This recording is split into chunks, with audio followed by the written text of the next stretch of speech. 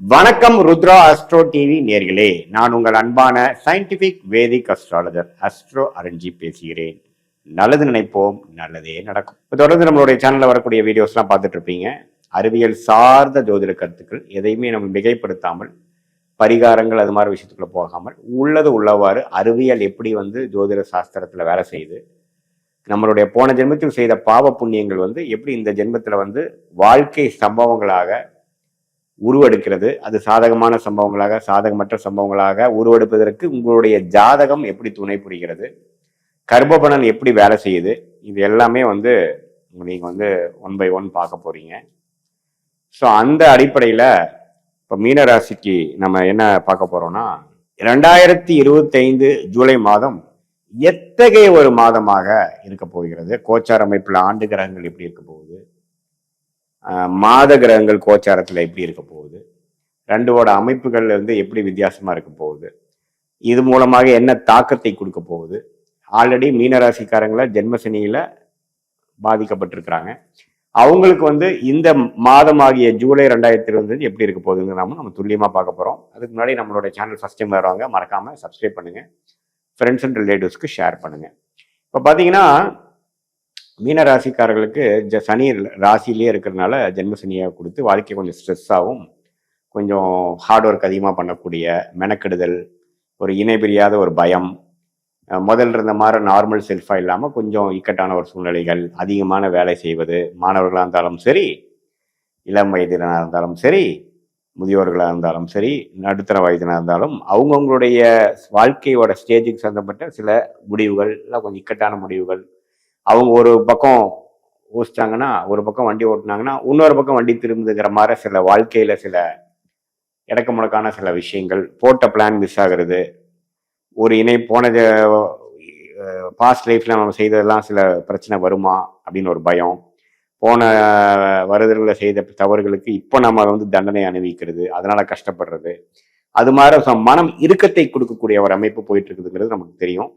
அந்த அமைப்புல இப்ப குருவே 4ஆம் இடத்துல 10ஆம் வீட்டையும் 12ஆம் வீட்டையும் 8ஆம் வீட்டையும் பார்க்கும் பொழுது என்ன கொடுக்குறாருன்னா, அந்த இறுக்கத்தோடைய தொழில முன்னேற்றங்கள், தொழில அதிக இன்வால்மெண்ட், ஆர்வம், முதல்றதோட மெனக்கெடுதல் அதிகம், வேலையில அதிகமான பலன்கள், வேலையில அதிகமான உத்வேகம் செய்யக்கூடிய ஒரு சூழ்நிலை கொடுக்கும். அப்பதான் நம்ம சர்வே பண்ண முடியும், அப்பதான் ஜெயிக்க முடியும். அந்த சீரியஸ்னஸ் இப்பதான் கொடுக்கும். அது வரைக்கும் ஏனோ தானோன்னு வாழ்ந்துட்டு இருந்தவங்களுக்கு எல்லாம் பாத்தீங்கன்னா இப்போ கொஞ்சம் சீரியஸ்னஸ் ஆவாங்க, வாழ்க்கையில ஒரு பிடிப்பு வரும், அதிகமாக உழைக்க வேணும். வியாபாரிகள் இன்னுமே உழைப்பாங்க, அதிக இன்வெஸ்ட் பண்ணுவாங்க, ஆனால் அதிக நேரம் வேலை செய்வாங்க, அதிகம் யோசிப்பாங்க. தொழிலாளிகளும் பார்த்தீங்கன்னா அதிகமான அந்த ப்ராஜெக்ட் அந்த வேலையை முடிக்கிறதுக்கு ரொம்ப கஷ்டப்பட வேண்டியதாக இருக்கும். மார்க்கெட்டிங் எக்ஸிக்யூட்டிவ்ஸ் ரொம்ப அலைச்சல் அதிகமாக இருக்கும், ரொம்ப காம்படிட்டிவான ஃபீல்டாக இருக்கிற மாதிரி ஆகும். முதல்ல இருந்ததோ காம்படிட்டிவ் அதிகமாகும். ஸோ அப்படி இருக்கிறப்ப ஈவன் மாணவர்களுக்கு பார்த்தீங்கன்னா முதலோட ரொம்ப இந்த படிக்கிற டென்ஷன், எக்ஸாம் ஃபியர் அதெல்லாம் கொஞ்சம் அதிகமாக கொடுக்கக்கூடிய அமைப்புகள் கொடுக்குது. அதே சமயத்துல ராகு கேதுகள் பார்த்தீங்கன்னா 12ஆம் இடத்துல ராகுவும் 6ஆம் இடத்துல கேதுவும் பார்த்தீங்கன்னா ஓரளவுக்கு நல்ல அமைப்புகள்.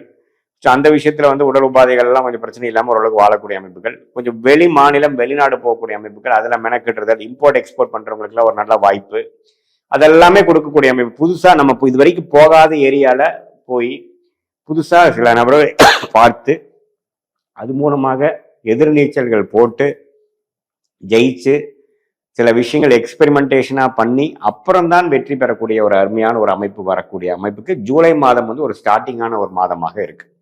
ஸோ ஜூலை மாதம் எல்லாமே ஒரு மாதிரியான ஜென்மசனியோட விஷயத்துல கொஞ்சம் மெல்ல மெல்ல நீங்க ஜென்மசனினா என்ன, அதோட டென்ஷன் என்னங்கிறதெல்லாம் கொஞ்சம் பார்க்க அமைப்பீங்க. அதே சமயத்துல வேலை தொழில் அதெல்லாமே கொஞ்சம் நல்லா தான் போகும். இன்னும் பதிலோட நம்ம அதிகமாக ஆர்வமாக செய்யக்கூடிய அமைப்பு. சில ஒரு அவயோக திசை நடக்கிறவங்களுக்கு திடீர்னு வேலையில கொஞ்சம் பிரச்சனை ஆகுறது, வேலை போறது, அப்புறம் எப்படா வேலை கிடைக்கும்னு பாக்குறது, தொழில திடீர்னு ஒரு செட்பேக் வர்றது, அது மாதிரிலாம் கொஞ்சம் விஷயம் இருக்கும். அப்புறம் ஹஸ்பண்ட் ஒய்ஃப் ரிலேஷன்ஷிப்ல ஒரு மாதிரியான டென்ஷன் வர்றது, நீங்க கம்பெனி நடத்துறவங்க எம்ப்ளாயிஸ்குள்ள கொஞ்சம் பிரச்சனை ஆகுறது, இதெல்லாம் கொஞ்சம் பார்த்து பண்ணணும். நம்ம கோபதாவங்களை தவிர்க்கணுங்கிறது நான் கேட்டுக்கொள்கிறேன். மற்றபடி பாத்தீங்கன்னா மாத கிரகங்கள் பாத்தீங்கன்னா ராஜயோகாதிபதி செவ்வாயே பாத்தீங்கன்னா 6ஆம் இடத்துல இருக்கிறது தப்பு இல்லை, நட்பு வீட்டில் இருக்கிறார்.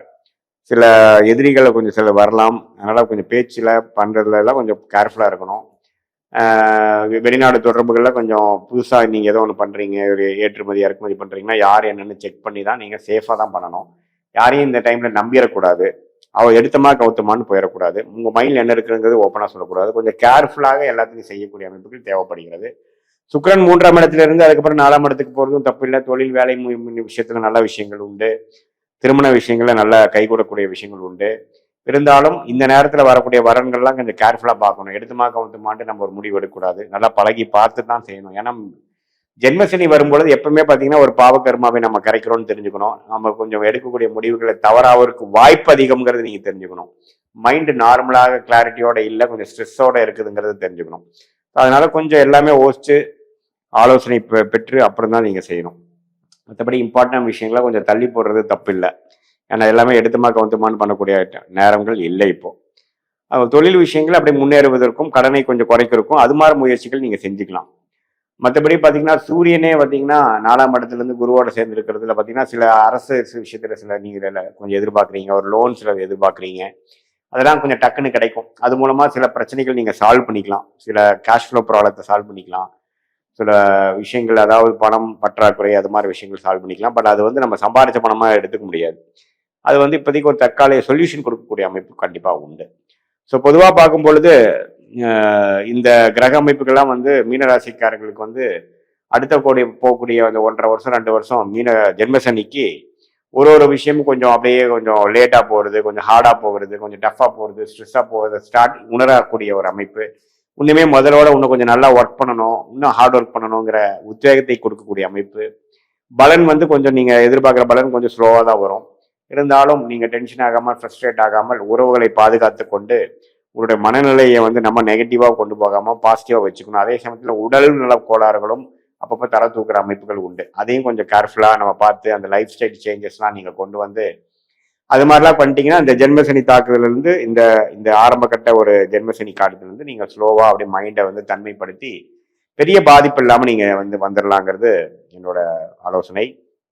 அதே சமயத்தில் இது வந்து ஒரு பொதுவான பலனை தவிர உங்களுடைய ஜென்ம ஜாதகத்தில் என்ன தசாபுத்திகள் போய் கொண்டு இருக்கிறது, நீங்கள் என்ன லக்னத்தில் பிறந்தீங்க, நல்ல யோகமான தசாபுத்திகள் போகும்பொழுது நான் சொன்ன இந்த சாதகமற்ற பலன்கள் குறைவாகவும், நான் ஒரு மாதிரியான ஒரு சுமாரான தசைகள் போகும்பொழுது நான் சொன்ன இந்த சாதகமற்ற பலன்கள் கொஞ்சம் அதிகமாகவும் இருக்கிற மாதிரி நீங்கள் நினச்சிக்கணும்.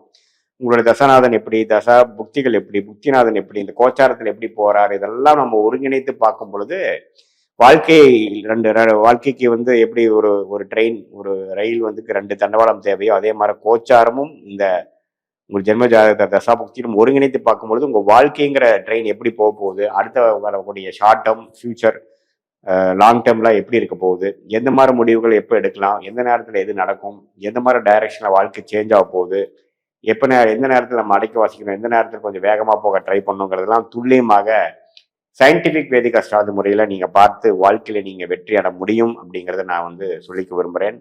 இது ஒரு பொதுவான கருத்து தான், நீங்கள் தெரிஞ்சுக்கணும். மீண்டும் மற்றொரு காணொலியில் சந்திப்போம். நன்றி, வணக்கம்.